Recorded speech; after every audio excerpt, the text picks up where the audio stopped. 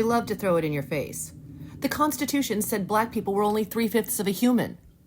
But that's not the full story. It's just the lie you've been sold.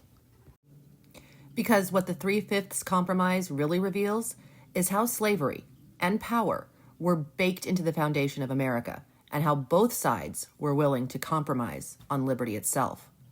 Even James Madison called slavery a barbarous novelty.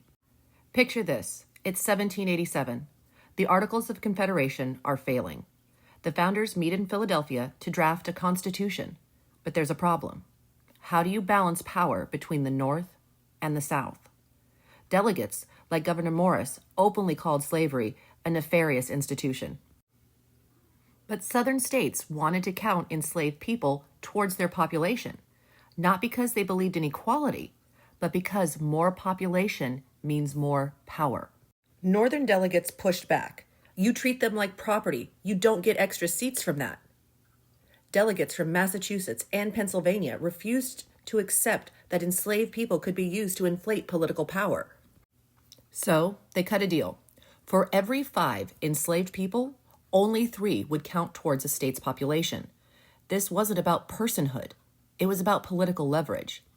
James Madison is quoted as saying, "It is a matter of political calculation, not moral philosophy."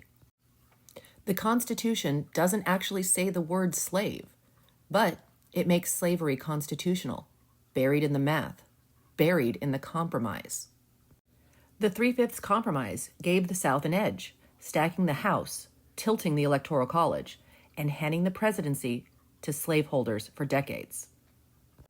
The 3/5 compromise delayed the fight over slavery. It kicked the can down the road until that road ran straight into the Civil War. So no, black people weren't legally declared 3/5 of a human being. They were denied personhood entirely. The 3/5 compromise was about boosting slaveholder power, not measuring humanity. Don't confuse political math with moral reality. The compromise may be gone, but the legacy of unequal representation and power games, that's still very much alive. From gerrymandering to population-based power plays, it's the same old math. If you want to understand the Republic, you can't just wave the flag. You've got to read the fine print, even the parts that burn. Liberty demands we look at the whole truth, not just the parts that feel good. Make sure you're subscribed to the WTF Republic, where we rip the truth from the ashes, one clause, one compromise, one constitution at a time.